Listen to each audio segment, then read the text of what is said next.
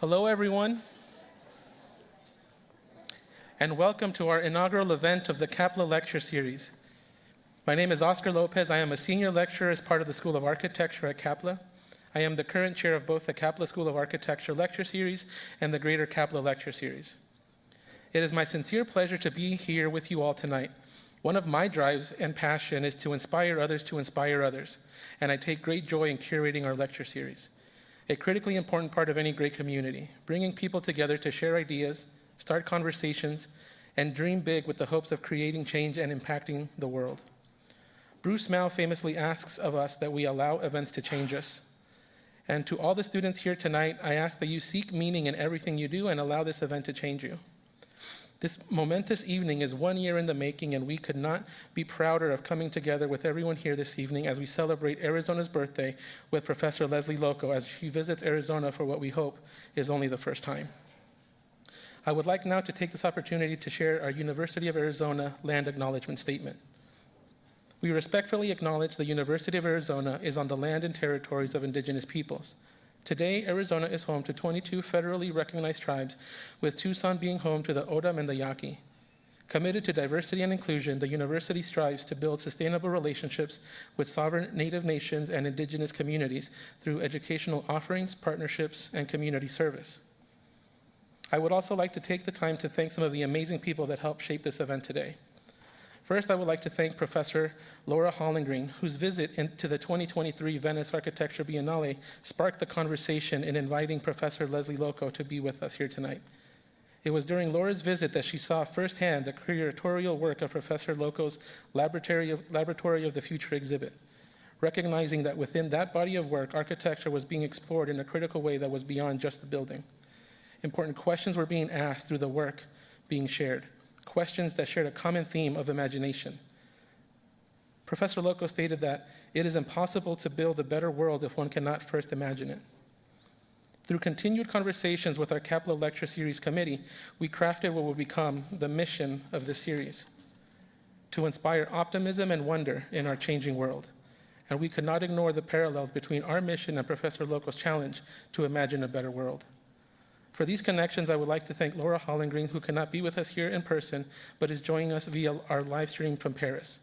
Laura, if you're watching, cheers. Additionally, I would like to sincerely thank our CAPLA Lecture Series committee that includes Professor Seth Okiri, Professor Noemi Desplan-Lichtar, Professor Kenneth Kokro, and our CAPLA Marketing Director, Jeff Javier. I would also like to thank the two directors of our colleges, Director Ryan Smith and Director Lori Johnson. Thank you both for your continued support and mentorship. I would like now to introduce our moderator for our evening. Dr. Beth Weinstein is an architect, associate professor, chair of the Object and Spatial Design, and acting associate dean of the Student and Curricular Affairs at the University of Arizona's CAPLA. She regularly teaches critical theory and inquiry and undergraduate theory courses, and in the Urban Agency Research and Innovation capstone. Dr. Weinstein's practice and research move between the architectural, spatial, and performative and choreographic to render sensible disappearances and invisibilities related to climate catastrophe, historic injustices, and states of exception manifest as sites of internment in the United States of America and France. She is a co-founding board member of RESI, or Remembering Spaces of Internment.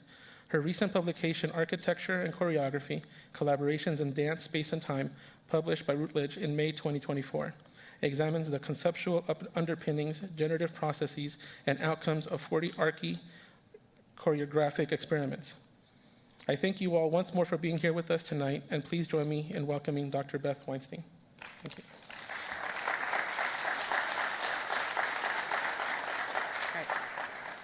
Thank you, Oscar. Thanks so much. And good evening, everybody. It's wonderful to see such a really full room with some very familiar faces and some new faces, which is terrific. Thanks for being here. And thanks for participating in a really, really important event this evening. It's my honor and my pleasure to moderate and also to contribute to this panel discussion that will follow Lesley Lokko's talk. And she and I will be joined by Dr. Kevin Anchukaitis, who's a professor of geography and the chair of the University of Arizona's Global Change Graduate Interdisciplinary Program. and by Dr. Prez Zenenga, who's professor and head of the Department of African Studies in the College of Humanities, and also by Jack DeBartolo III, who's an architect and principal in DeBartolo Architects in Phoenix. In addition to the questions from my colleagues and their different fields and perspectives, we will definitely be welcoming your questions, so please jot those down and have them ready for the Q&A at the very end. Next, I would like to introduce to you the Dean of the College of Architecture, Planning, and Landscape Architecture, Nancy Pollock-Elwand. Dr. Pollock-Elwand holds degrees in landscape architecture, in architecture, and in planning, and with a particular background in cultural landscape practice and scholarship, her research focuses on the history of landscapes as they are manifest in urban form, landscape design, and heritage conservation. Dr. Pollock-Elwand has been involved with UNESCO's cultural agency, ICOMOS, across a number of roles, such as co-chair of the ICOMOS evaluation panels for new World Heritage nominations, and in advisory missions to state parties considering new nominations. This work involves providing input to the international policy on cultural landscape protection, as well as reviews of the World Monuments Fund. Dr. Pollock-Elwand also serves on the advisory board to the ICOMOS. This work has taken her to such fascinating landscapes as the sacred mountain landscapes of Bhutan and the ancient reindeer hunting grounds of the Sami people of Norway, to medieval mining sites in the Czech Republic, and to once secret sites of clandestine religious observance along the southwestern coast of Japan.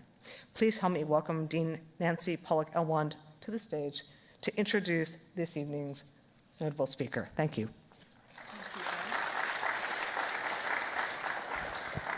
Thank you, Beth. Well, good evening, all. It's Valentine's Day. And I was pondering about this day and thinking to myself, what is appropriate to give lovers of the built environment? So I looked it up. And the suggested gift list included the following: a terrarium, a do-it-yourself pencil holder, an architecture-inspired birdhouse, a Lego set of the Guggenheim Museum, and I think this is very interesting, a book on cocktails. So these are the things that for the architects in the crowd tonight. But tonight, of course, we have something much more significant and inspiring. And that is a gift of an evening of discussion and exchange with Professor Lesley Lokko. And there could be no better way for us to launch this inaugural, this is the first one, of the CAPLA Lecture Series. Before I get to the introductions, however, then I see everyone's looking above me. But what you're seeing are the images from the week that we've spent with Professor Lokko. And you just get a glimpse of the inspiring week that we've had with Lesley. And this lecture represents, for us, a wonderful finale. But I also want to say, Professor Lokko, that I hope this is the beginning of our continuing connection and relationship. At CAPLA, we believe in the power of critical discourse and the sharing of diverse perspectives. And events like this lecture are more than an opportunity to gather, but it's very lovely to see you all. Also, what this is about, and you know, Oscar talked a lot about this when we were speaking about this lecture, is it is also intended as a place to hear ideas. And these ideas may challenge your worldview. It's a time to reflect. It's a time to consider what is and what might be. Over the past few days, we've had the immense pleasure of hosting a truly remarkable individual. She has generously shared her experiences and insights with our students, many of them who are here today, explored our studio spaces and seen exhibitions, have engaged with our faculty, and have ventured into the heart of Tucson, touring the historic barrio Viejo. So sorry about that. Our community has enjoyed meaningful conversations with fresh perspectives. And this is all happening at the intersection of history, culture, and design. It is my great honor to introduce tonight's distinguished speaker. This is a visionary leader whose work is helping to reshape the future of architecture and, importantly, education globally. Professor Lesley Lokko has an Order of the British Empire, OBE, and she is a renowned architect, educator, and author, and she has an impact that spans continents. She is a founder and chair of the African Futures Institute, which is based in Ghana, Accra, Ghana, and is a director of the Nomadic African Studio, which I believe you're going to be speaking about tonight. And she is also, it goes on, a scholar with degrees from the Bartlett School of Architecture. Professor Lokko also has held transformative leadership roles, including Professor Lokko was a founder and director of the Graduate School of Architecture at the University of Johannesburg. Her expertise and insights have shaped critical discourse in the field, which includes Professor Lokko's editorial work on white papers, black marks, race, culture, architecture, and serves as the editor-in-chief of Folio, which is a journal of contemporary African architecture. Her contributions to architecture, however, extend well beyond the academy. In 2023, she served as the curator of the 18th International Architecture Biennale in Venice. This is a testament to her influence on global design conversations.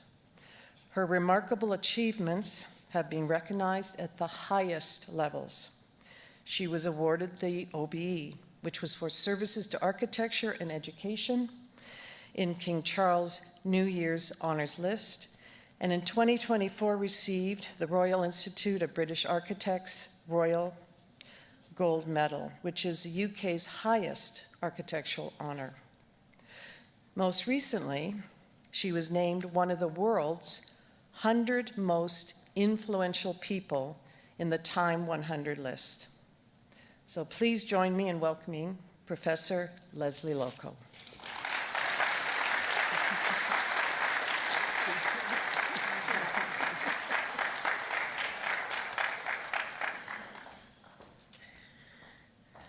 So, great.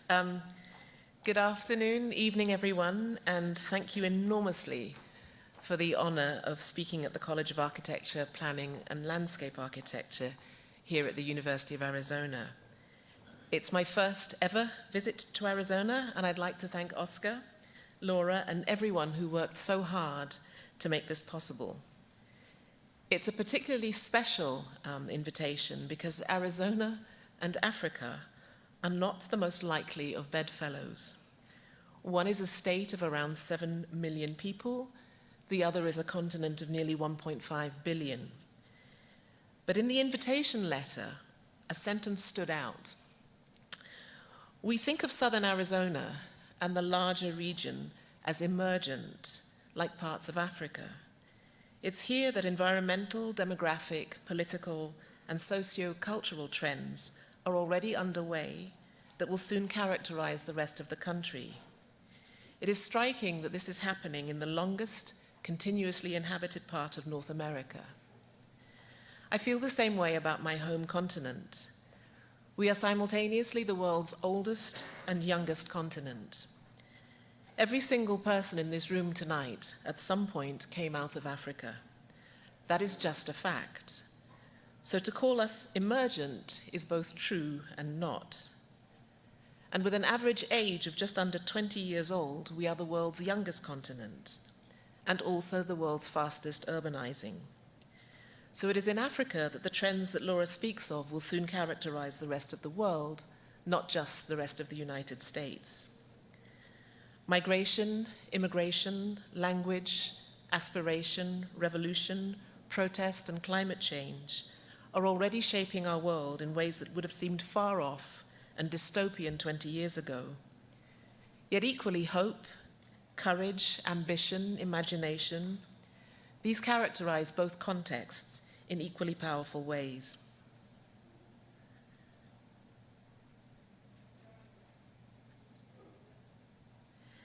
These two images are both worlds apart and almost identical. The thread that connects them is dwelling, the first act of permanent settlement, the first act in moving from a nomadic existence to a settled one. To help structure this talk, I've divided it into 6 acts, rather like a play. Some of you may know, I'm a bit embarrassed by this slide, that I have a second career as a fiction writer. So choosing a literary structure may not come as a complete surprise.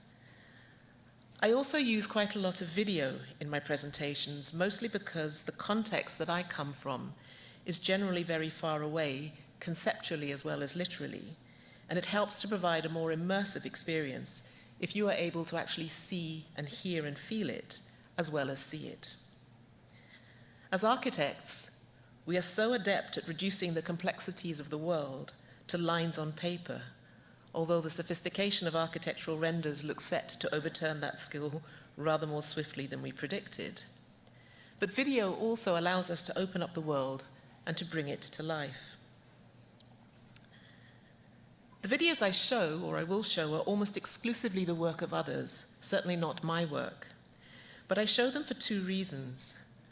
One is to amplify their voices, as Obama famously put it. If you have the opportunity to speak, use it to amplify the voices of others, not just your own. And 2, to ask you, the audience, to reflect on the conditions that make such work possible, whether that's the school that produces work like that, or the society, the culture, or the context. So I'm going to start tonight by showing an extraordinary piece of work by the Nairobi-based architects, Cave Bureau. If you're not already familiar with them, I would encourage you to find them as soon as this lecture is over. I guarantee they will change the way you think about many things, including Africa, the Anthropocene, and architecture. No small feat. What I'm about to show is an extract from a longer piece of work, which has been exhibited widely in the past year, and which you can watch now on YouTube, many other places. I've been lucky enough to see the entire piece several times, and I would like to thank Kabagi and Stella for allowing me to show this extract. They are one of the most exciting and interesting new practices in Africa.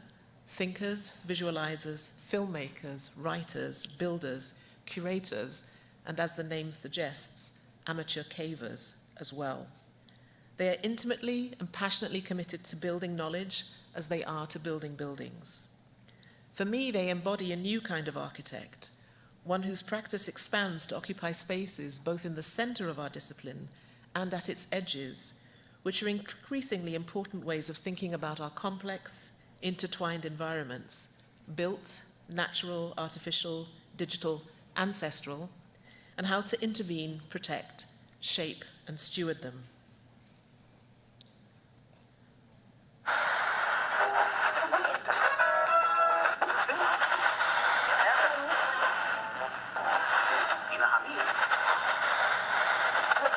Regulations.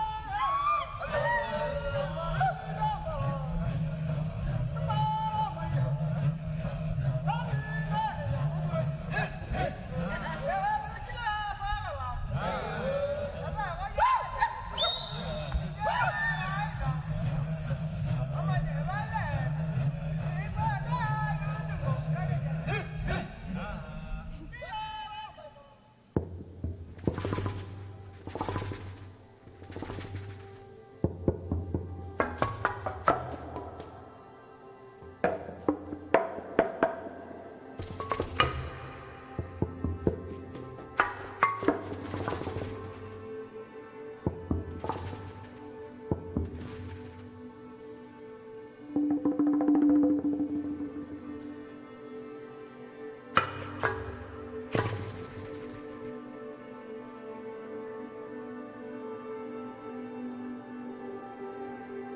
ilikuwa makao ya binadamu tangu jadi, hata ilikuwa mafichoni kwa wale morani na pia wale watu ambao walikuwa mafichoni, kianda vita wanakuja wanajificha huko.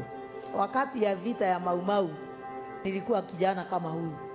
Mimi ndio nilikuwa napelekea baba yangu chakula, nilikuwa nakutana na askari, kulikuwa na askari ya wasugu na watu nyeusi. Mtu akiniuliza wewe unatoka wapi na unaenda wapi, na mwambia Tikodo. Umako Tikodo.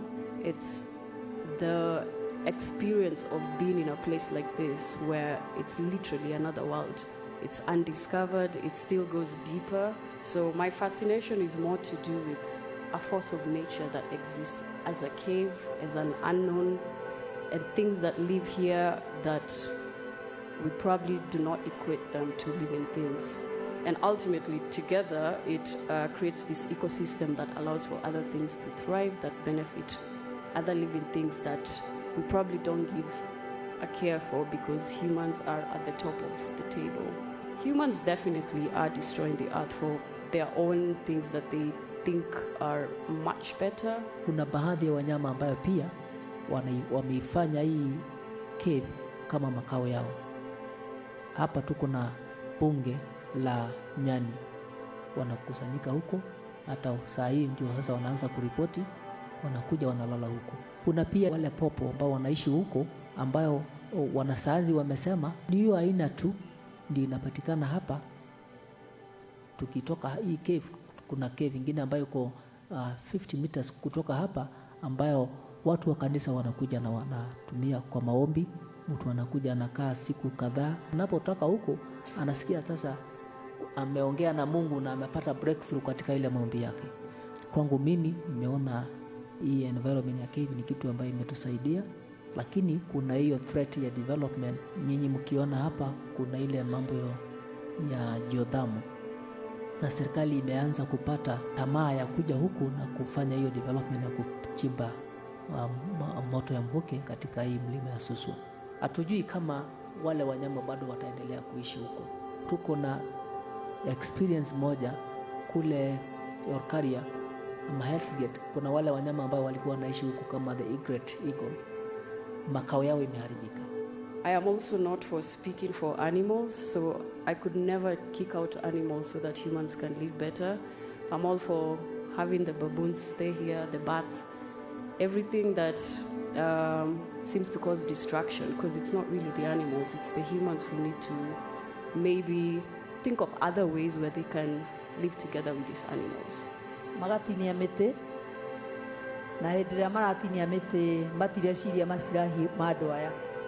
Ona magĩrĩirwo nĩ gwĩciria ũhoro wa andũ aya, nĩ tondũ Ngai nĩwe mombĩte na amombĩte ta andũ arĩa angĩ.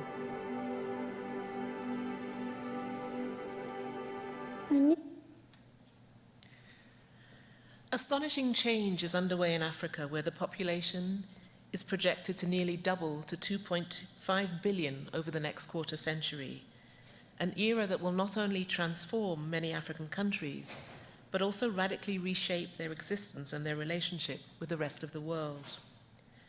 Birth rates are falling in rich nations, creating anxieties about how to care for and pay for aging societies. But Africa's baby boom continues, fueling the youngest, fastest growing population on Earth. As I said at the start of this talk, the average age in Africa is 19, half that of Europe and the United States, and a whole decade younger than Asia. In 1950, Africans made up 8% of the world's population. In 2050, that's 25 years from now, that figure will increase to 25%, meaning that 1 in 4 people on this planet will be African. Within the next decade, Africa will have the world's largest workforce, surpassing China and India. Although it's true that young Africans are better educated and more connected than a generation ago, finding a job or a good job or any job is another matter. 1 million Africans enter the labor market each month, but only a quarter find formal employment. Frustration feeds desperation. In Somalia, Mozambique, and Mali, opportunity-starved youths pick up guns to fight for jihad or for money. In Gabon and Niger, youngsters fed up with sham politics take to the streets and stadiums to call for military coups. At sea, well-organized smuggler gangs carry desperate young Africans and their dreams of a better future on perilous and often fatal journeys to Europe. But this is only part of the story. It's important to remember that migration to Europe and the United States, the most popular destinations, makes up less than 20% of all African migration. The vast majority move to other countries within Africa. Sub-Saharan Africa is now the world's fastest-growing music market. African fashion has its own shows now in Paris and Milan. In 2022, Francis Kéré from Burkina Faso won the Pritzker Prize and the Premium Imperiale in 2023. In 2021, Tanzanian-born Abdul Razak Gurna won the Nobel Prize in Literature. Writers are shaking off the cliched image of a continent defined by famine and conflict to tell new stories made in Africa by Africans that have aired on streaming services like Disney Plus and Amazon Prime. Black Panther paved the way for new depictions of Africa, giving new global life to Afrofuturism, a powerful cultural aesthetic that combines science fiction, history, and fantasy to explore and connect the Black diaspora with its forgotten ancestry. Not long ago, everyone talked about technology being the big idea to enable Africa to leapfrog its way out of poverty. Startups in Nigeria, South Africa, and Morocco sprouted like mushrooms. Digital technologies brought mobile banking to tens of millions of people. Microsoft and Google rushed in. Hashtag Africa Rising became popular, and everywhere the talk was of a new renaissance driven by the tech industry. But whilst technology brought in billions in investment, it failed dismally to do the one thing that everyone hoped, to create jobs. Elsewhere, the answer was industrialization in the 1970s and 1980s, when China, South Korea, and Japan were the engines of population growth. Their factories were filled with young people producing clothes, cars, and TVs. It made them rich and lifted millions out of poverty. Africa is poorly positioned to repeat that feat. Other than South Africa and a handful of countries in North Africa, most of the continent has failed to industrialize. And on the contrary, we are losing ground. Africa's share of global manufacturing is smaller today than it was in 1980. Infrastructure is an obstacle. 600 million Africans, or 4 in 10, lack electricity.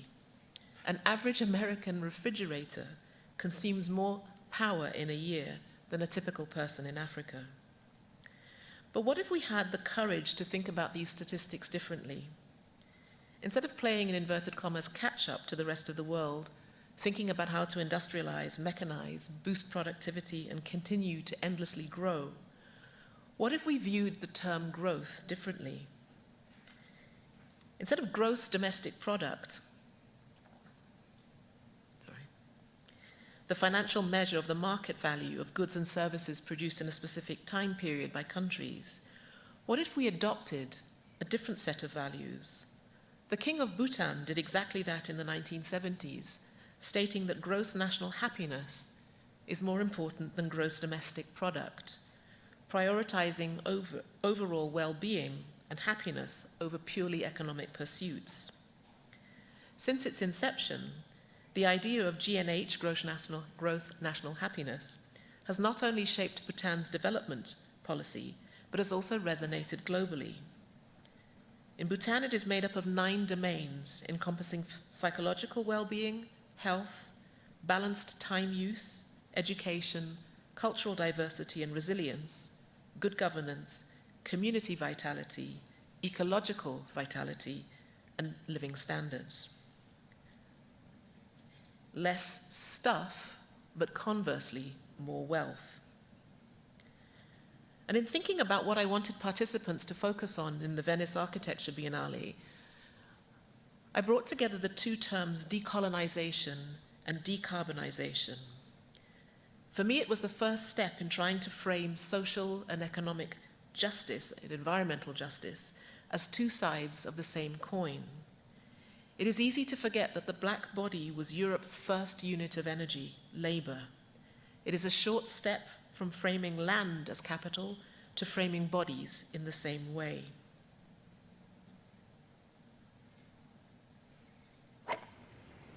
Decolonization is the meeting of two forces, opposed to each other by their very nature.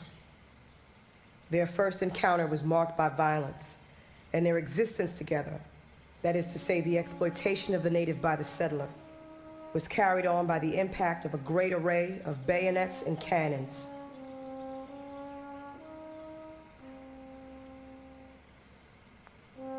In decolonization, there is therefore the need of a complete calling into question of the colonial situation. If we wish to describe it precisely, we might find it in the well-known words, "The last shall be first, and the first last." Decolonization is the putting into practice of this sentence. That is why, at a descriptive level, all decolonization is successful.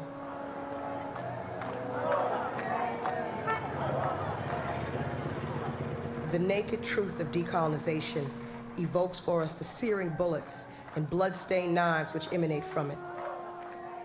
For if the last shall be first, this will only come to pass after a murderous and decisive struggle between the two protagonists.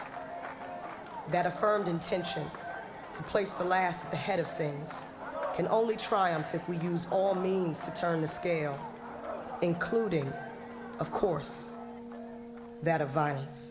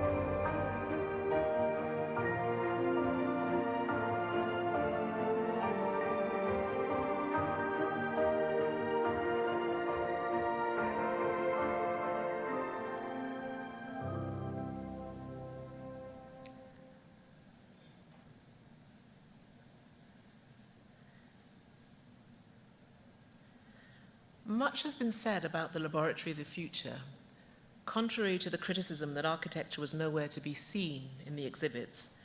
For me, at least, they were full of architecture, full of space, form, material, narrative, texture, all the ingredients which I was taught make up the discipline.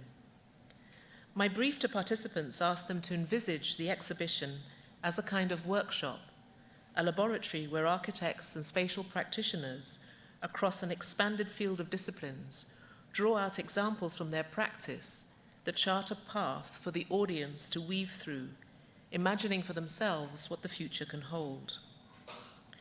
To do this convincingly, participants had to free themselves from the burden of explaining their work before being able to explore it.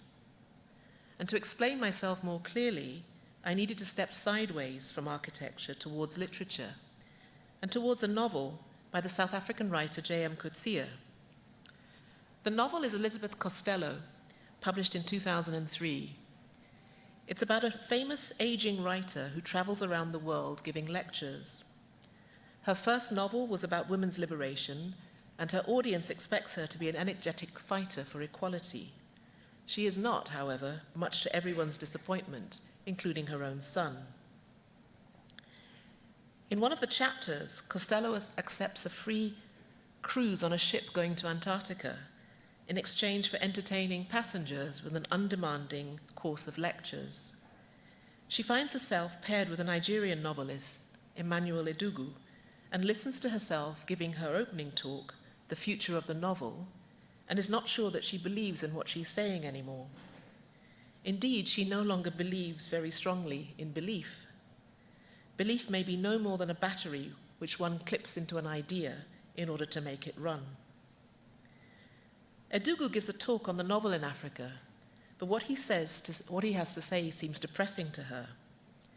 African culture, he says, is essentially oral and hostile to private, silent reading. The African writer can draw on this oral culture to create a different kind of novel from the Western literary tradition, but he still will not have an African readership. He is condemned to make his professional life outside Africa, writing for foreigners. And I'm going to quote a very small section of the novel, spoken not by Enugu, but by Costello, since it seems to me to get directly to the heart of what African or black students of architecture or literature, perhaps, struggle with. The English novel, she says, is written in the first place by English people, English writers, for English readers. That is what makes it an English novel. The Russian novel is written by Russians for Russians. But the African novel is not written by Africans for Africans. African novelists may write about Africa, about African experiences, but they seem to me to be glancing over their shoulder all the time they write at the foreigners who will read them. Whether they like it or not, they have accepted the role of interpreter, interpreting Africa to their readers. Yet how can you explore a world in all its depths if at the same time you are trying to give full creative attention and explain it to outsiders? It's like a scientist trying to explore his investigations while at the same time explaining what he or she is doing to a class of students. It is too much for one person. It cannot be done, not at the deepest level. That, it seems to me, is the root of your problem, having to perform your Africanness, your blackness, your otherness, at the same time you write it. And in the context of African schools of architecture, like it or not, exactly as Costello states, both staff and students, faculty and students, must act simultaneously as interpreters and investigators, explaining a world that is often invisible to Western-trained eyes, both to themselves and to others, yet at the same time exploring it in all its depth. It is a difficult, complex task, and yet design, with its emphasis on intuition, fluidity, self-reflexivity, and an expanded and expanding view of process-led investigations, seems to offer African students and architects the much-needed space to explore prior to explanation, not during it. And that has yielded some spectacular and unexpectedly rich results.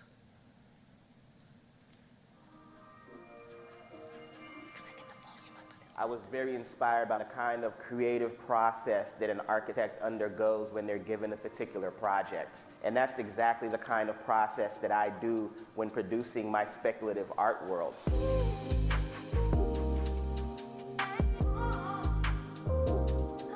The artwork is titled The African Conservation Effort / All Africa Proto-Ports. And what it is an elaborate eco-fiction that starts from a kind of alternate timeline, a sort of inflection point in 1972, which is roughly 10 years after a lot of African countries gained independence from colonial rule. And what it does is it imagines that there was a continent-wide effort to dispel the colonial influence, colonial rule, but also to consolidate into creating a kind of massive continent-wide environmental movement. But then from there, what occurred in the intervening years is that this massive conservation effort led to discoveries of alternate fuel, alternate resources, power, conservation, and the developments of several hyper-travel advancements, notably suborbital travel and a kind of magnetic levitation tube loop, right? So the idea was that these two advancements would connect not only the continent of Africa, the countries within, but also through suborbital travel, connect the countries of the diaspora. So it's this kind of really massive attempt at world building along this alternate retrofuturist environmentalist timeline.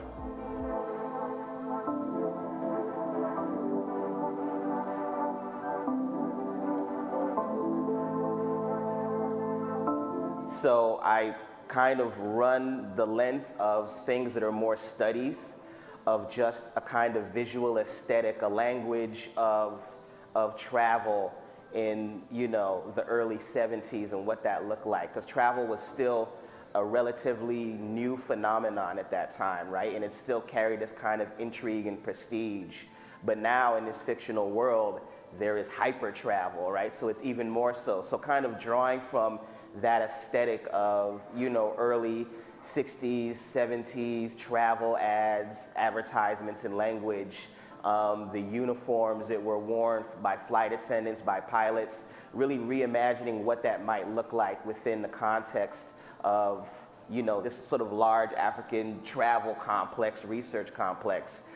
So they're visual studies, digital collages, photo montages that are just sort of vignettes and glimpses into this world. They're 3D printed and scale architectural models that are some of, the types of vehicles and technologies within this world. And then the video, which is a massive, 20-foot by 8-foot, I'm gonna have to translate it into metric, wall, is a way to it kind of ties it all together and sort of gives a broad overview of the story.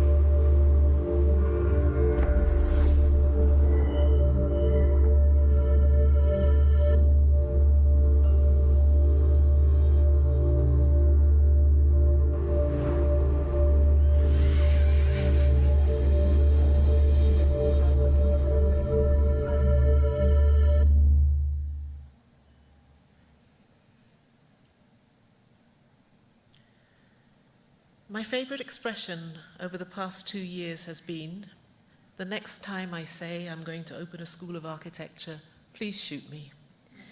I promise you it is only half said in jest. The African Futures Institute is an institution that is still very much in the making, still very much in progress, without any real template or precedent, and don't get too excited, these are only renders. It owes its existence to multiple small and often independent schools of architecture that have emerged over the past 50 years around the world, not so much in terms of its structure or curriculum or even its ambitions,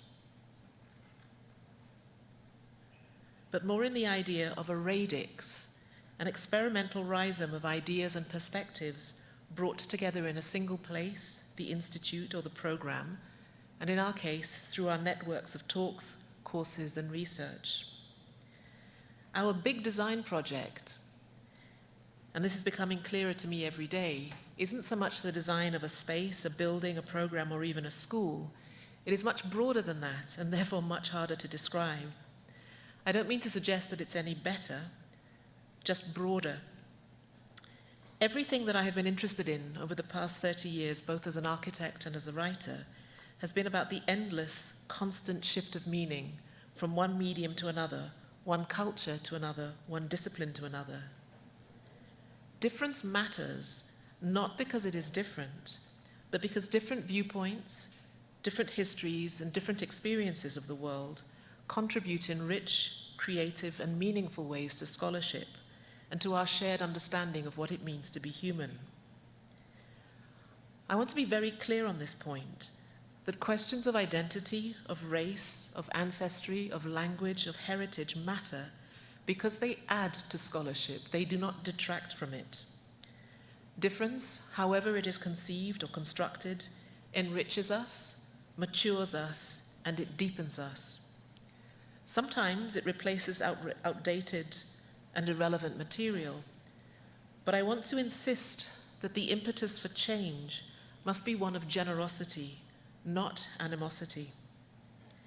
Being angry is only the first step in a long road to transform the academy and in the process, transform ourselves.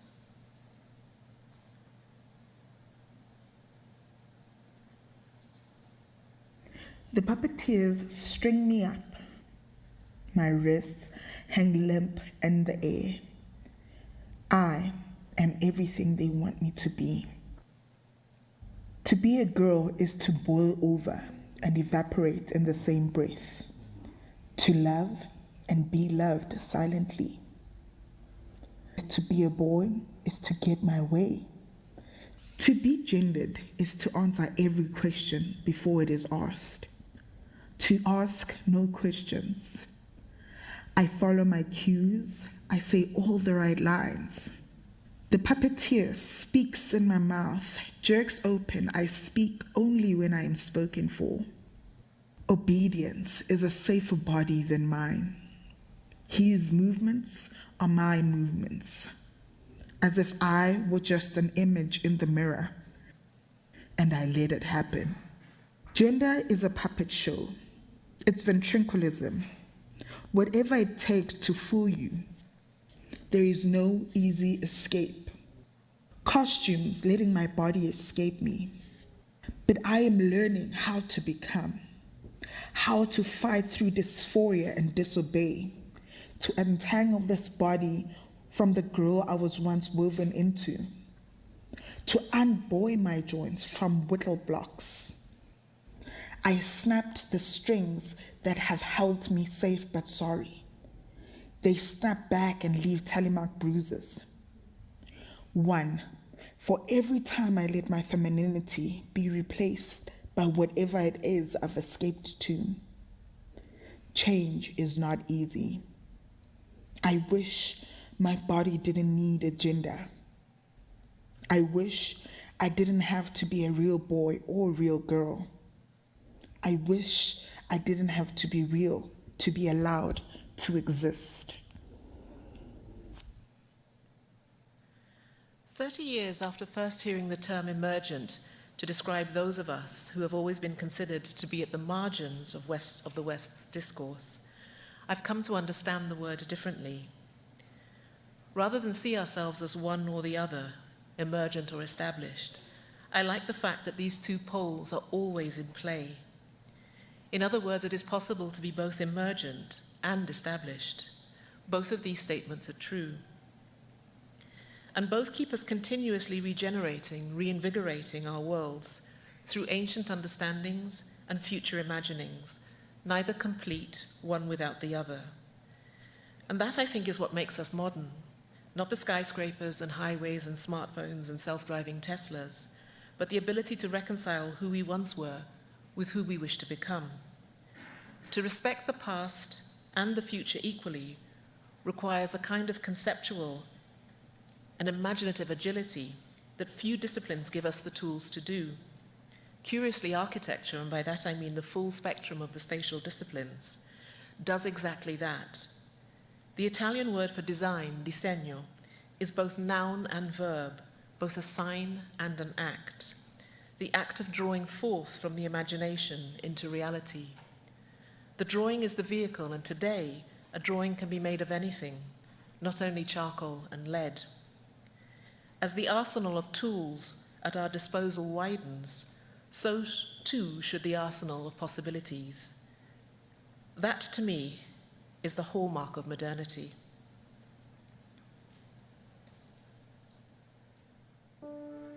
What are we going to call the architects of the 22nd century? So in a way, the AFI is kind of trying to jumpstart that conversation by saying, okay, here's a way of thinking about it.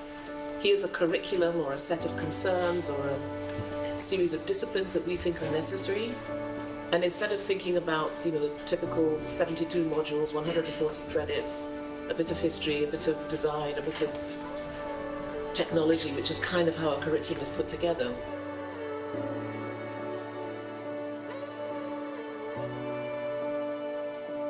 The other thing, you say institutional credibility. If we're not attracting fee-paying students, then the institutional credibility is more, I want to go here. Yep. We want to attract high caliber talent. Yep. So it's very different from a funding thing. Yep. To say that if we have funding models, which I think we've talked about a little bit, which I think in this case will be very different from the traditional, then it's not like the institution has to be credible. The credibility will come from what is produced from this school. And I think that the scanning of the terrain on the continent, even though it may not be as developed with stats about one school serving so much of the population, that shouldn't be the problem, because that's the way we've described it before.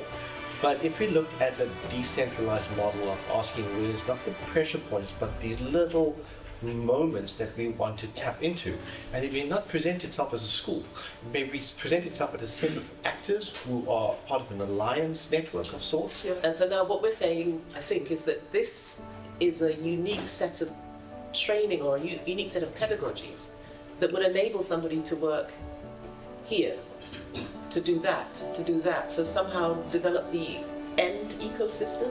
The sort of mix of African and diasporic students being the most kind of dominant group really help contain them. Please do use us as your officers as in all of these different countries. I think I'm speaking for myself, but I'm sure everyone else would say the same. We all believe we're here because we believe in the mission of this initiative.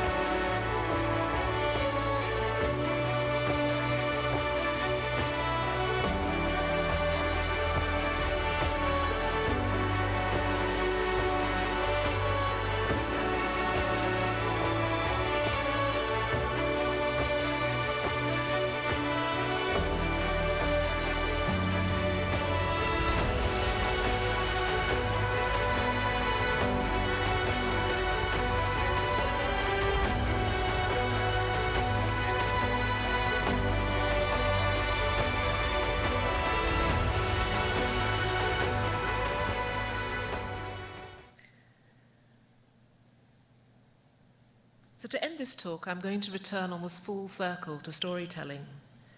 I don't know if the Jerusalem Dance Challenge really hit the United States in the way that it did in so many other parts of the world. It began in February 21 when Fenómenos do Sambo, a group of young Angolans, recorded themselves dancing to the song by the South African producer Master KG and the singer Nomsebo. The song went viral and sparked a global response. Everyone from policemen to hospital workers, this was in COVID, remember, taking up the challenge and uploading their reels. The words of the song, sung in Zulu, could not be simpler. Save me, come with me, my place is not here.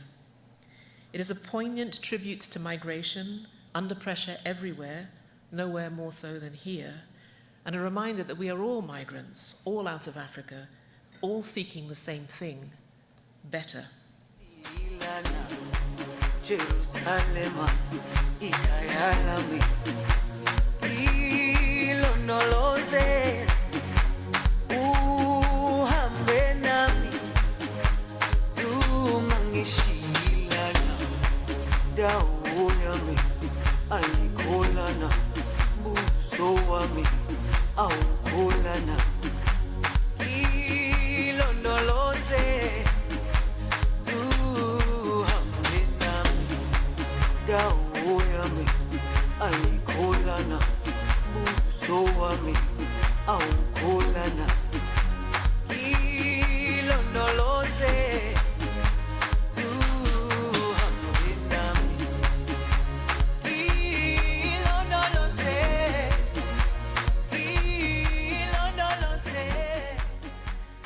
Fiction can sometimes represent social truths that are more searching, more questioning, and more truthful than facts will ever allow. I suppose I see architectural education as a kind of fiction in the best and richest possible sense of the word, a means of exploring difficult and complex issues and questions about who we are and who we want to be. Thank you.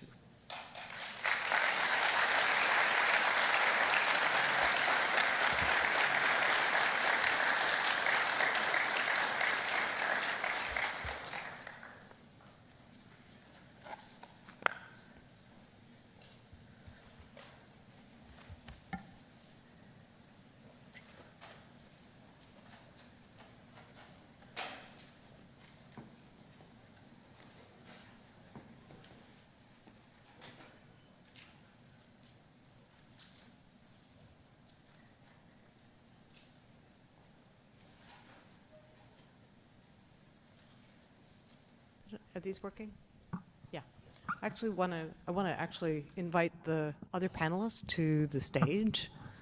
So if I could have Jack DeBartolo and Kevin and Praise join us up here, that would be wonderful. And I don't know if the tech folks can tell me whether these microphones can come loose. Yes, there we go. There we go. Can you guys hear in the back? Great, thank you so much. First of all, Lesley, thank you for such a wonderfully inspiring talk. I think there's so many parallels between this place and where you have been and where you are going and continuing to circulate. So it's very exciting, this notion of being in an ancient and emerging, a place that is challenged by all of the issues of our times, migrations, struggles for governance. I'm almost at a loss at the number of issues that you raised in one of those last slides.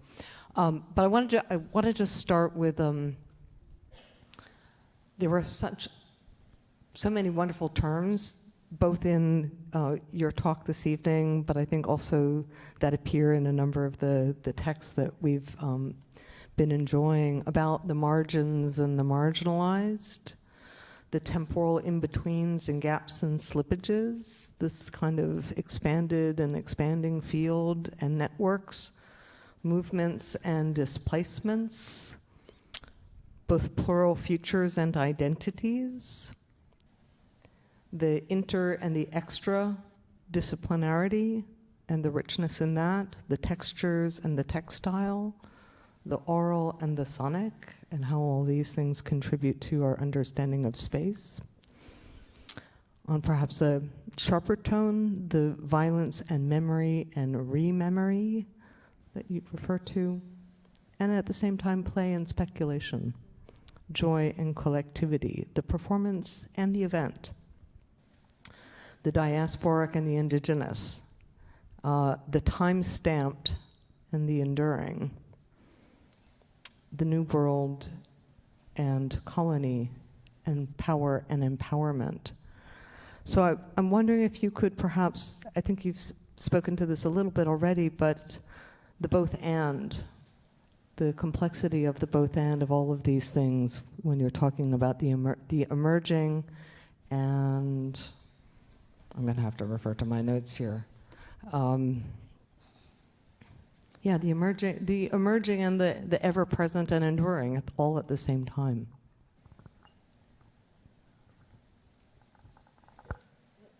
Can you hear me? Not really.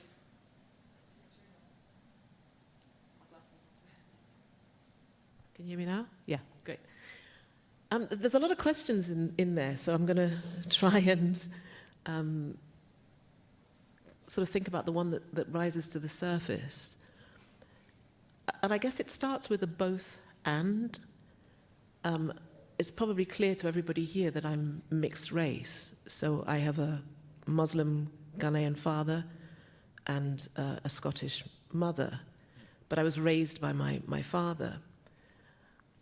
But the position of being two things simultaneously was very present in our household. And it was through language. You know, I spoke my father's language, which my mother couldn't speak. And as their marriage sort of began to disintegrate, language became more of a weapon, a kind of way of excluding understanding than the way we think of language as a tool of communication. So I kind of saw that everything has perhaps two sides, and that it's somehow impossible to reconcile the both and position. Actually, you can never be, or I felt I could never be completely whole. And I remember as a very young child sort of standing in front of the mirror and thinking, okay, I'm half black, half white, but where is that line? You know, does it go this way, that way, that way? And again, I began to understand that language has a way of describing us that has nothing to do with who we are. So there was a kind of mistrust of definition that I think I had very early and almost innately. And I came to architecture curiously thinking that knowing a profession would resolve all of those questions. I wanted to know something in its entirety. To me, it wasn't the same as studying, you know, I studied sociology before architecture. It wasn't the same as doing history or sociology. Architecture would be professional. There'd be a kind of depth to that knowledge that would fix things in the world. And after 5 years of architecture school, I think I exited knowing less than when I had come in. And somehow the impossibility of ever reconciling anything seemed to me to be at the heart of architecture. And this is a very long-winded way of saying that architecture itself seems to be a mixed identity discipline, that it is neither art nor science. It's neither a combination of those two things, nor is it a repudiation. There's something in it that is never determined. And that's not the way you think about the professional disciplines. So there was something in the kind of psyche of architecture that I think I was drawn to, but curiously never became a practicing architect. So, yeah, very long-winded way of saying both and is, it's quite an exciting place to be, I think. And all of us are both and, you know. I mean, the racial categorization is one of millions, yeah. I was negligent to not ask the guests here to introduce themselves, but maybe what we'll do is pass the baton, and they can each introduce themselves as an introduction to their question or reflection. So maybe I'll pass it to my neighbor on my left. Can everyone hear me?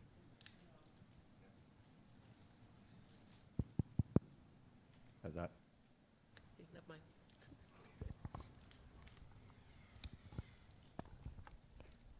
mind. Professor Lokko, thanks so much for having me here.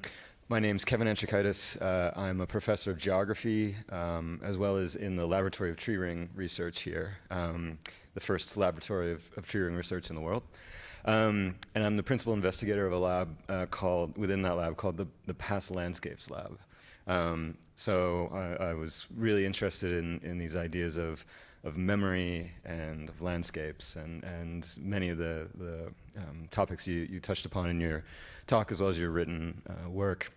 I'm also a climate scientist by training, and so when I think about this idea of the laboratory of the future that you talked about, part of that future, it seems very likely, is going to be potentially very catastrophic changes in some places, including places in Africa, as a result of these climate changes.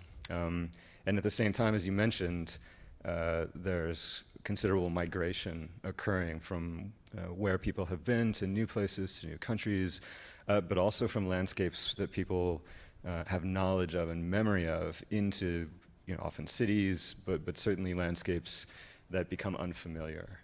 And so I'm wondering, from the point of view of design and within the sort of laboratory of the future, what's the role of design in addressing these two sort of changes, this leaving of places where our knowledge comes from to go to new places, at the same time the climate that we know and the environment we know is not going to be what we remember. And so, and I was, this also seems to come from that last idea that, as you said, that Africa is used to dealing with these challenges, and that Africa has had to deal with the challenges of climate variability and change at the same time. So I wonder how those sort of dual changes in what we remember and what we know happening at the same time affect this laboratory of the future.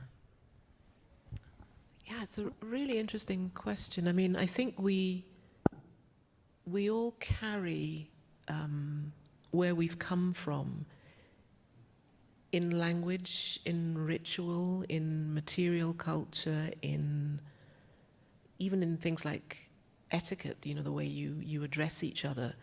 It's as if the past is continuously struggling to make itself heard.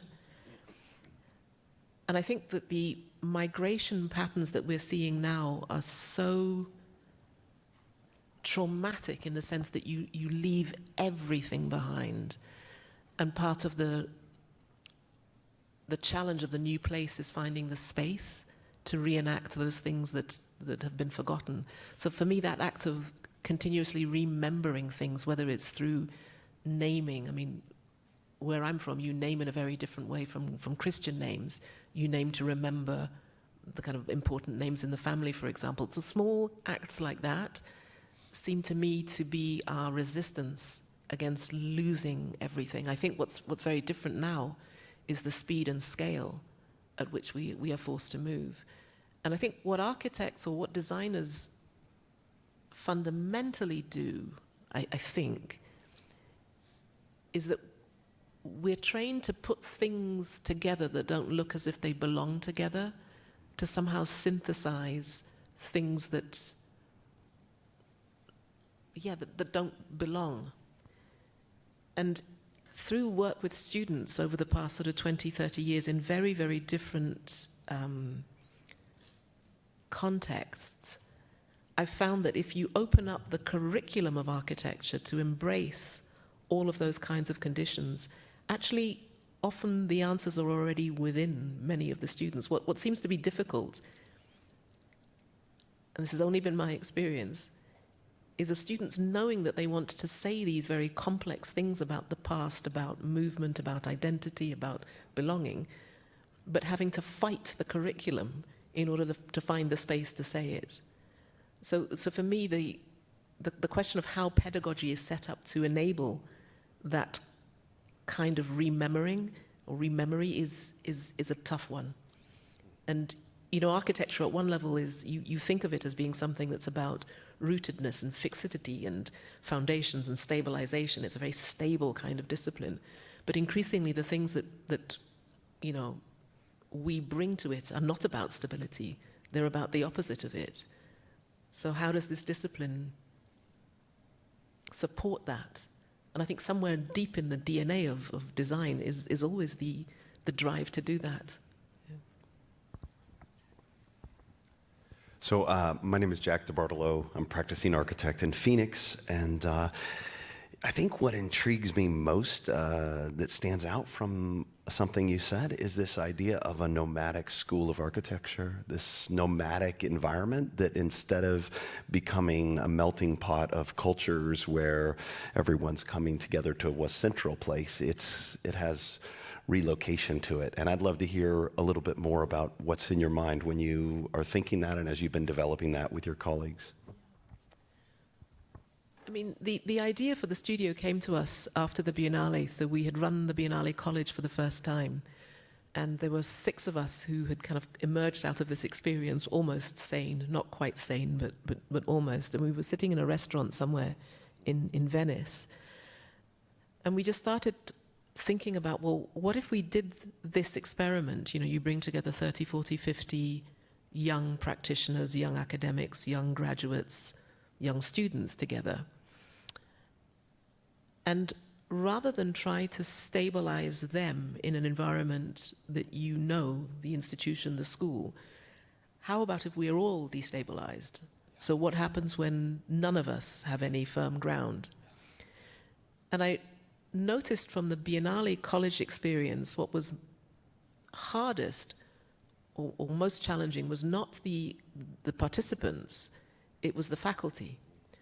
The faculty were not used to dealing with so many students of color en masse. So the power dynamic between the faculty and the students was destabilized by the demographic. And in that unstable, shaky territory, there were some very, very deep moments, some very, I can actually say traumatic moments. But there were also moments of incredible growth. So the idea of being somewhere where you're all not on terra firma seemed to me to be a really interesting pedagogic experiment. And because Africa is thought of, and I'm sure Praise will have something to say about this, because Africa is sort of thought of all the time as one place, we thought, well, how about if we start looking for very particular conditions that occur across this continent? So sometimes it might be desert, sometimes it might be, island conditions, sometimes it might be Creole conditions, sometimes it might be post-industrial, to give ourselves the broadest range of territories to operate from. Yeah.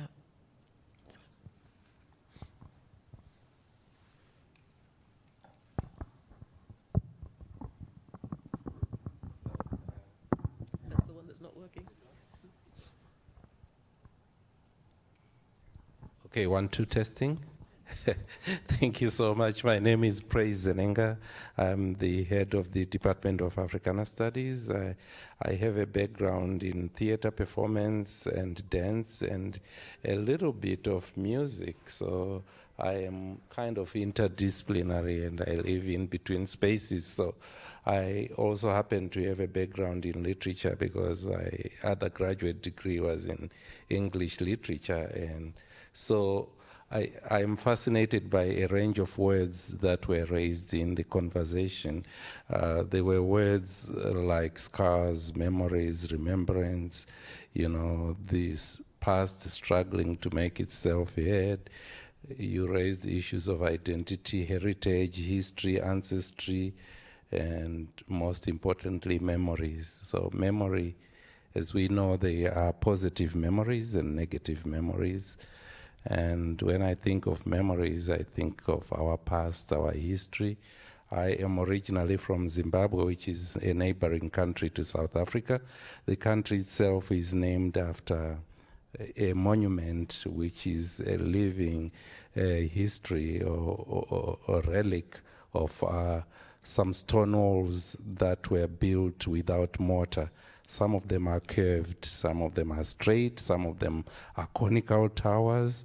So, for me, it's part of my identity, is these rocks, these stones, the granite, you know, and it gives me joy and happiness and pride because these are positive memories.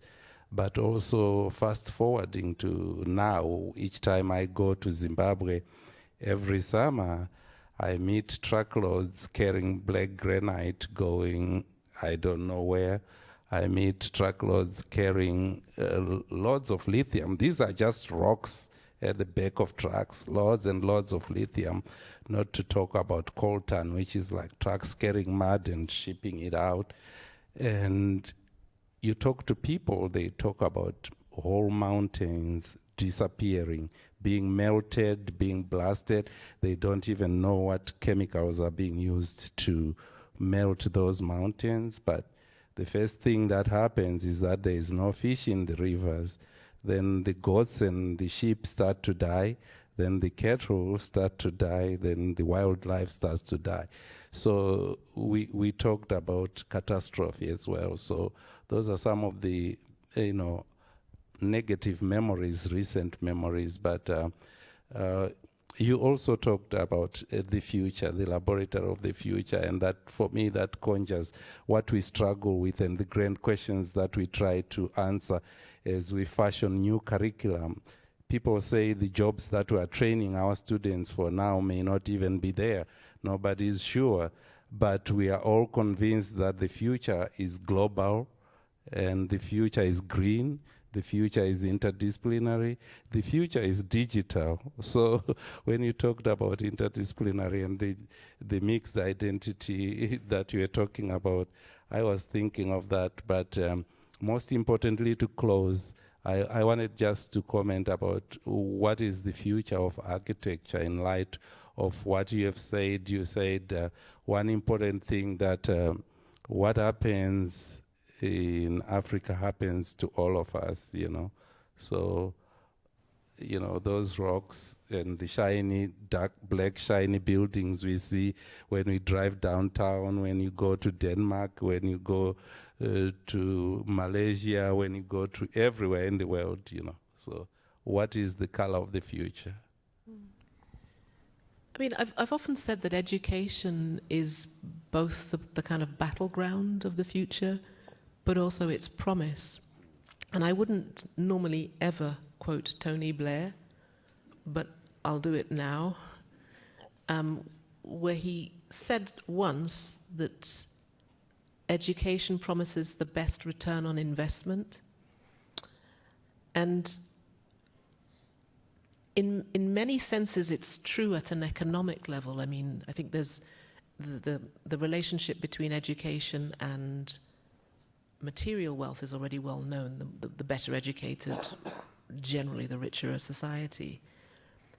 But if you think about education as the kind of field in which it's possible to change the value systems that shape the future, then you start to see it as a really potent territory, which is less to do with training people for jobs and training people for the market, but rather training people to think about what the market could be.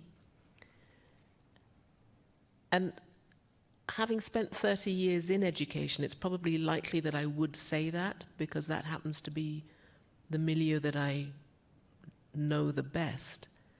But if I were asked to give up that ambition, I'm not sure I would find anything worth living for in a very kind of epistemological sense of the word. We have to believe that it's possible to think about things differently. And this sphere that we're all, all of us sitting here in this hall, listening to a lecture, taking notes, reading, this is the most powerful arena, I think, that we can inhabit. I can't think of any other arena that allows us to literally change the way we think.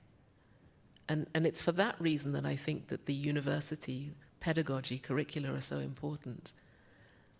I think where Africa becomes really interesting for me personally is that it has the least amount of infrastructure in education. Our universities, on the one hand, yes, you could say that they're under-resourced, they're underfunded, they're undervalued, but equally they have less of the bureaucracy that makes most universities so resistant to change. So there's something very powerful, I think, in this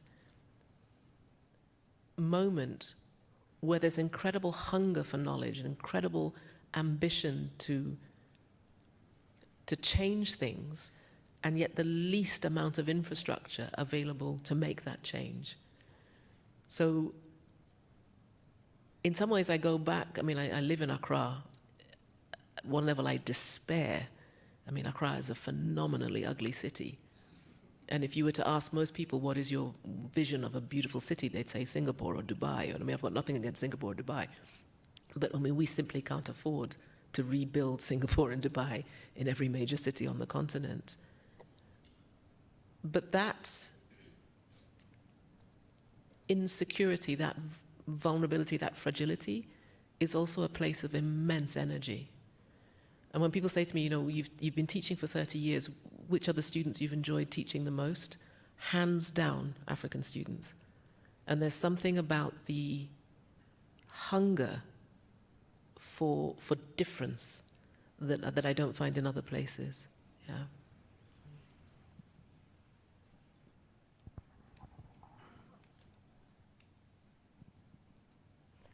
I was going to ask one more question, but I'm getting the signal that it's time for you guys to be asking the questions. Do we have questions? Maybe if somebody wants to respond to Lesley while I can take this to someone that may have a question.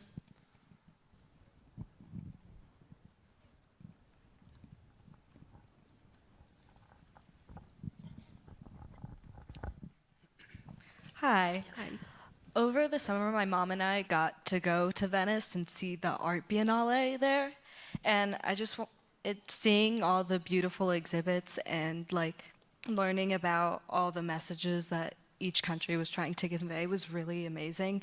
And I just wanted to know, like, what was it like curating those exhibits? And I don't mean this in a flippant way. I don't know that I will ever recover. It was, you know, I think the art biennale is very different from the architecture biennale, mostly because people who curate the art biennale are curators themselves.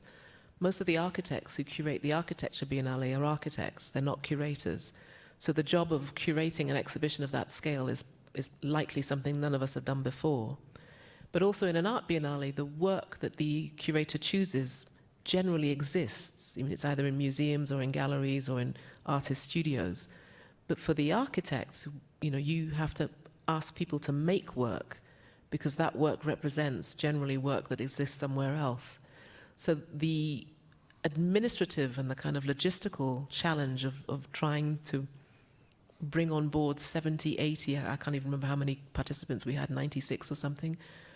I mean, it was 18 hours a day, 7 days a week for 2 years. It was all-consuming. But at the opening, the vernissage is the 2 or 3 days before it's open to the public. It's when all the participants come and, you know, the national pavilions are there. Venice, I don't think, had ever seen so many Africans or people of color, ever. I don't know that they will ever see that many at the airport again. And there was such a sense of joy in the streets of Venice for those 2 days.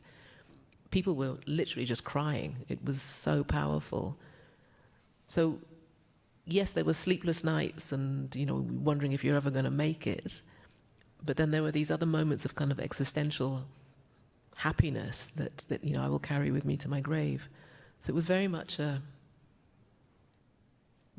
two sides of a really extreme coin. Yeah. Other questions up here?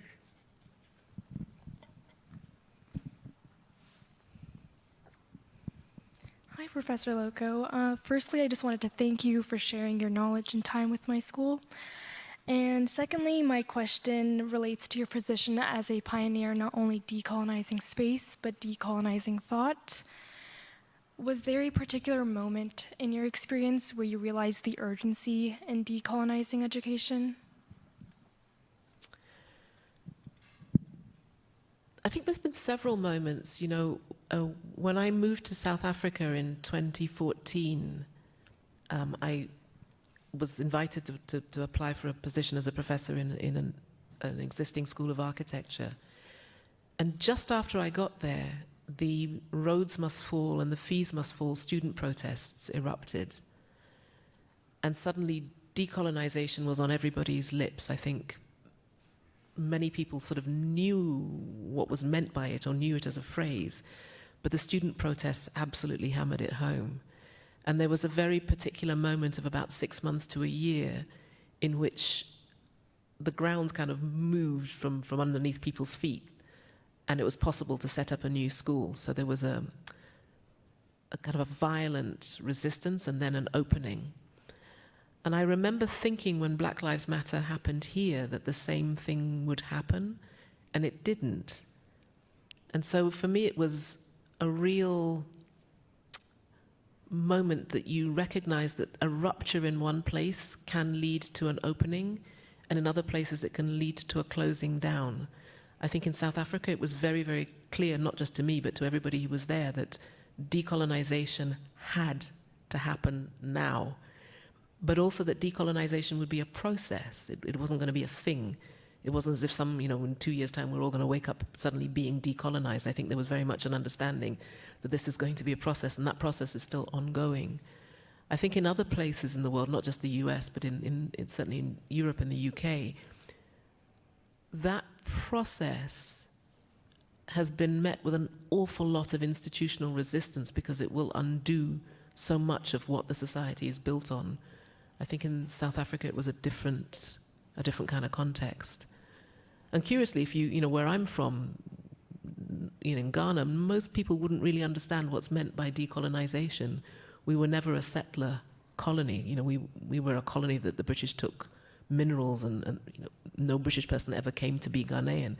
So the decolonization doesn't have the same meaning. So that's a very long-winded way of saying there's been several moments, and some of them translated into something, into action, and others stayed at the level of resistance. Yeah.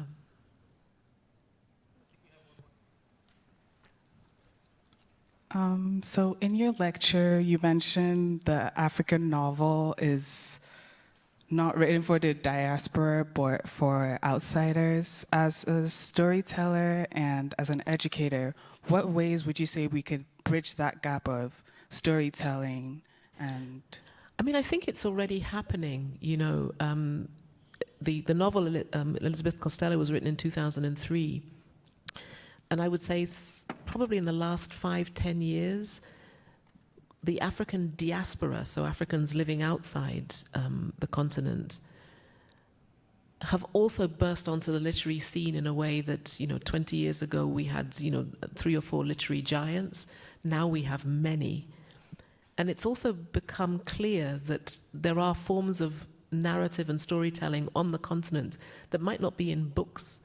But, I think about Nollywood as, I think Nollywood is the second largest film industry in the world. There are other ways to tell stories that are not about necessarily printed matter, but also that people are finding much more inventive ways now to tell stories through music, through fashion. So I think it's similar to architecture in a sense, the field of literature is also expanding. And I would say that English literature has been so enriched by the presence of other voices, like you cannot imagine English literature without otherness. I think I remember reading Toni Morrison's Playing in the Dark, maybe 20, 30 years ago, when she was really trying to examine how American literature had been absolutely fundamentally shaped by black fiction, even though one didn't admit to it at the time. So I think it's almost impossible to talk now about literature as if it comes out of one source. And I think English literature, because of the spread of the English language, is a really great example of how it's infused with otherness in ways that have made it stronger. yeah, I think it's an exciting time for narrative. And in fact, the one woman who you saw at the end of the talk in pink, you know, she's an architecture student who wanted to perform her history and theory dissertation, not write it. And the school at the time was bold enough to say that, you know, coming out of an oral storytelling culture, you should be able to speak your dissertation. It's not to say that you couldn't write it, but that, you know, performing 10,000 words worth might bring as much knowledge as writing a dissertation about Rabelais or whoever. Yeah. I think there's a question up at the top. Hi, my name is Anselmo. I'm from Angola.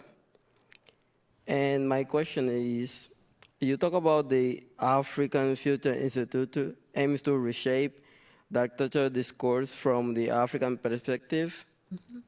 And my question is, how do you envision this initiative to influence the global architecture practice and education?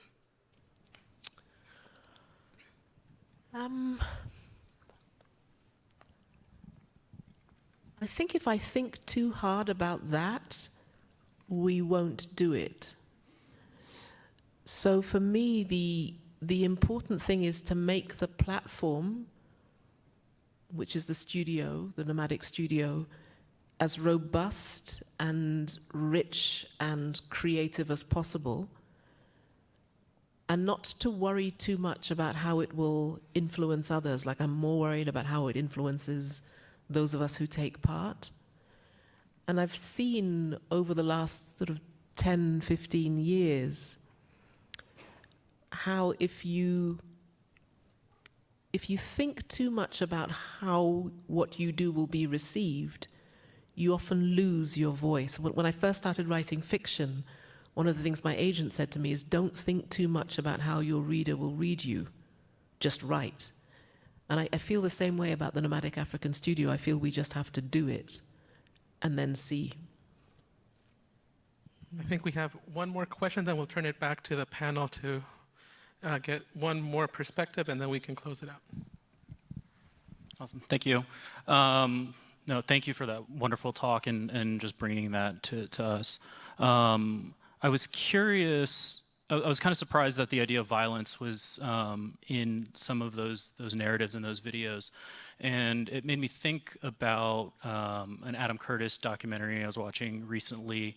And he kind of discusses how revolution has been kind of permanently postponed because the counterculture has shifted from collective action to self-expression. Mm-hmm. And I was very lucky to get to go see your exhibit in Venice. And so I think it seems like you were somebody who would maybe not fully agree with that sentiment. But at the same time, it seems like there is some truth to it. So I'd be curious just your thoughts and maybe if there's some optimism about those kind of, that dichotomy between art and design and self-expression and then counterculture and revolution and action. There's a really wonderful essay by Nadine Gordimer, who's one of my favorite writers, a South African writer. And I think the essay is entitled Relevance and Commitment. And she talks about how the artist, in the widest possible sense, kind of oscillates between relevance and commitment, that it's through finding relevance in the world that you draw your own commitment to it. And I think for many people of color, I'm not sure quite what the terminology is here, but people who have generally been considered outside of the mainstream cultural phenomena, self-expression is the relevance. It's the medium through which you draw commitment, whether that's commitment to revolution or commitment to change. You cannot somehow separate them. And I know when I'm teaching mixed groups of students, so students with different kind of racial, ethnic backgrounds, it's very clear to me that the barriers of self-expression, you know, the freedom that different students feel they can take in terms of expressing who they are is very, very nuanced. And so for many students, self-expression can be a form of, I want to say, luxury, that you have the luxury to be able to talk about it. For other students, it's not a privilege, it's an absolute necessity. And that negotiation between, this is not just about me, this is about me in relation to history, about me in relation to place, about me in relation to memory, is very different from someone who doesn't have to think about those kinds of, let's say, constraints. So I've always been reluctant as a teacher, I think, to place too much structure on how people come to those questions. It's a little bit like the response to the gentleman before. And to say that the risk of allowing too much freedom in discovery is worth, for me, the encouragement is worth the risk is the best way I can say it. And, you know, terms like counterculture and, you know, if I go back to where I'm from, if I use the word counterculture, no one would understand what I was talking about. And so teaching in many, many different places also gives you, I think, quite a broad understanding of how terminology is also site-specific. And the ability to adapt one's language and one's position to location, that's very hard to do from one place. In some senses, you have to be in multiple places. But the journey of being in multiple places is also a difficult one. It changes you as well as you changing it, if that's a very roundabout way of saying it, yeah. It's an interesting question, yeah. So I want to actually bring two threads, one that you're just holding on to right there, which is this notion of, let's say, the journey or the unsettling, and the notion of gathering, because you've done so much curating, inviting people into collections of essays, bringing together faculty, moving faculty around from place to place. And so this notion of kind of creating community and the care of curation, which also has bodies and spaces, but then also this notion of the kind of auspiciousness of the rupture or the unsettled condition as a opportune moment to really rethink our future. So I'm wondering if you want to maybe tie those two threads of the unsettling and the gathering together. Yeah, it's a great metaphor. I mean, I say this flippantly, but there are times when I really curse Oprah, and the reason for saying that is when you gather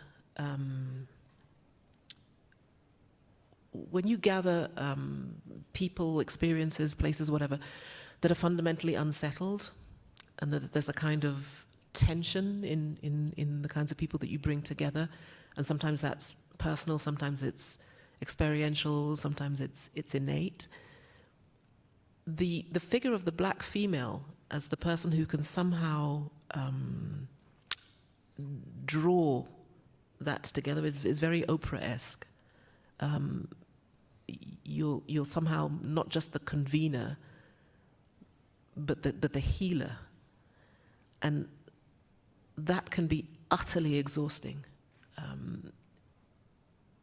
And it's happened to me so often that I know it's not personal. I know that this is something that's resonating in a way that's not personal. But at the same time, particularly now, we come to gatherings with such trauma. I mean, whether it's personal trauma or historical trauma or ancestral trauma, you know, and people are more willing now, I think, to own it and to say it. gatherings can become incredibly fraught. So on the one hand, there is this sense of, yes, you want to bring people together to make a community, to make a space, a safe space for exploration, because that's actually what education should be. But we're not really trained to deal with the fallout of it. For me, that this was best kind of explained in South Africa. You know, in South Africa, the minute tension rears its head, it's racial. That's the place that everybody goes. And at the same time, it's so existential that how do you deal with it? Like, I'm not trained to manage it. And I was aware all the time that we were teaching, all the time that we decided, look, there's going to be a different curriculum, there's a different pedagogy in place. We're going to ask students to say and admit to things that are normally kept outside of the classroom. And yet it's the only way to reach those kind of, or tap into that authenticity, which is the voice that we want the students to come with. So there were times I'd go into a classroom and I would be sitting on the edge of my seat just thinking, where is this going to go? And if it goes in a certain direction and I don't have the tools to deal with it, then what? We ran a project called Safe Space, which you can see. I think it's on YouTube or Vimeo or one of those platforms, where we took 13 students from different racial backgrounds, different ages, you know, in the school. We worked with a professional filmmaker, a psychologist who was assigned to us by the university, who ran away after the first episode, and myself and 3 faculty. And we met, I think it was every 3 weeks in different places in the city to open up really difficult questions about, you know, South Africa's history, racial tension and so on. And there were times during those episodes where I would just look at the filmmaker and I'd be like, I don't know what to do, but just keep filming, because I didn't even know if it was ethical what we were doing. But every single student who went through that course, and it wasn't, you just signed up, you didn't have to take the course. It had no credits, it was just a volunteer course. Every single student who went through it walked away with a distinction. So there was something about having gone through that process that opened up other territories within themselves that they were able to bring that experience to their designs. So it's a very long-winded way of saying that it's risky and sometimes it's deeply uncomfortable, but the alternative is what, kumbaya? I mean, that doesn't work either. I mean, we know that doesn't work. So, yeah.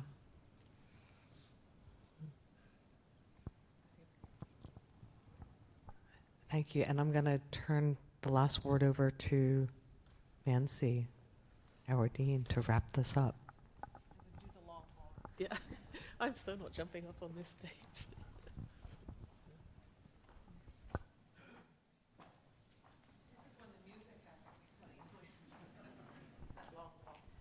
From here? Okay. Do we get a nice seat?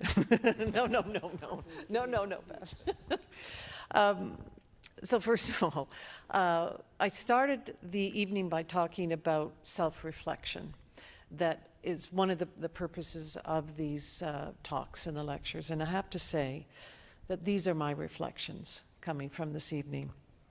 First of all, what I was moved by was what I was seeing evident here is a cherishing. I am cherishing the optimism of the educator. And all the things we were talked about, dark things and things of joy and so on. But ultimately, I think when I look at educators, there is an optimism. And I think also, and I think this is important for everyone to do, challenging your own comfort with conventions. And you pointed to so many things here, and it allowed us, I think, to think, it certainly allowed me to think about that. And the last thing is longing for more time to hear your reflections. So thank you so much. Leslie, thank you for this.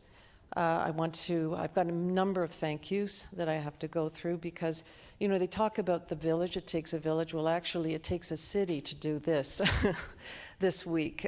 This was a really big effort. And I must in public, point out a number of people here that were involved with this. First, I want to start with Oscar. Oscar.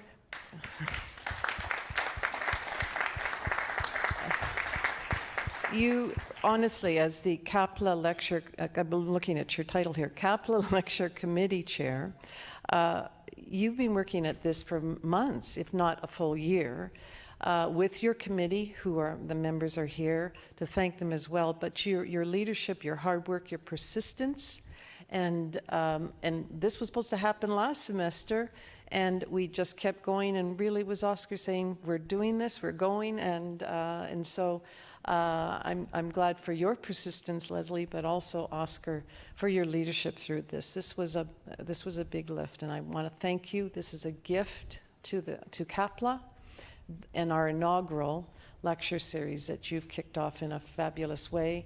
Lesley, it was all about you here tonight. So, and Laura's out there in the ether. Laura, who's in Paris right now on sabbatical. At this point in the night, she may have a glass of wine watching, but more like a glass of warm milk, because I think it's quite late in the evening. To the lecture series committee, who, as I said, are here, the work that they did. To our two directors, Ryan Smith, School of Architecture, and also Laurie Johnson, School of Landscape Architecture and Planning. Beth, for your event moderation here tonight. Thank you for your thoughts. I'm very thankful also for just your thoughtfulness, and I can always depend on you for that. So thank you, Beth. Nayeli Gonzalez, who, if you've been watching on social media, has been following the full week, and thank you for that.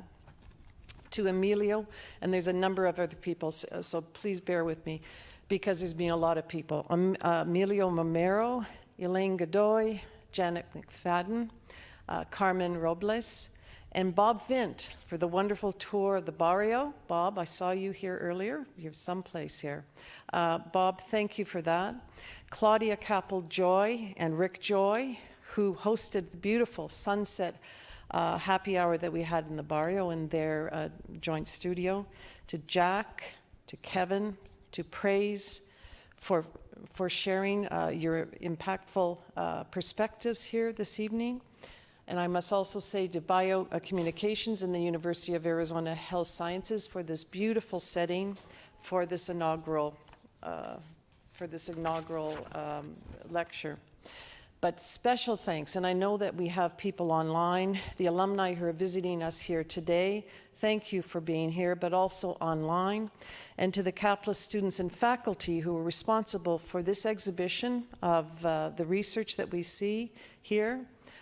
Bo, I believe you were involved with that, and Oscar, to have examples of the work of our students and the classrooms and the faculty that lead them.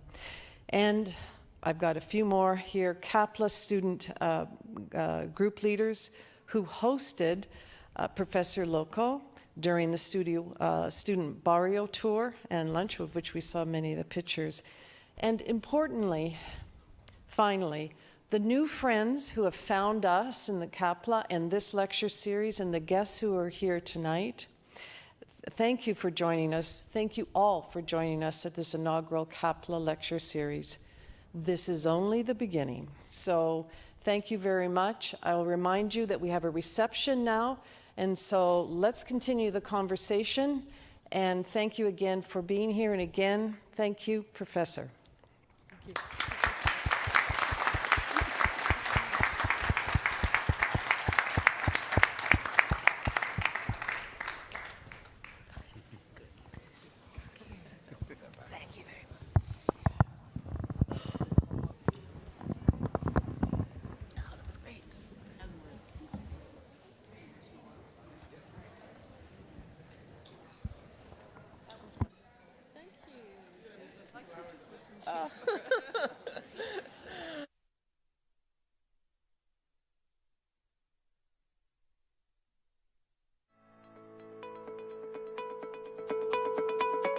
My name's Prof Lesley Lokko. I'm from Ghana, West Africa. This is my first time in Arizona and delighted to be here.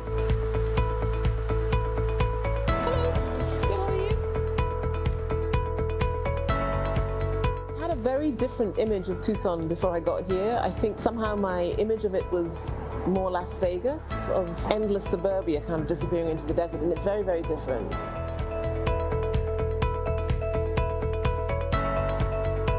That then allows them to interpret that drawing in a different way. I think that's fantastic. Even in the conversations that you have with the students, it feels like a place somehow out of place. It feels very unusual, I think is the best way I could describe it. And there's a kind of relationship to landscape here, to not just to flora and fauna, but to climate, to weather, to topography, which I think is really interesting.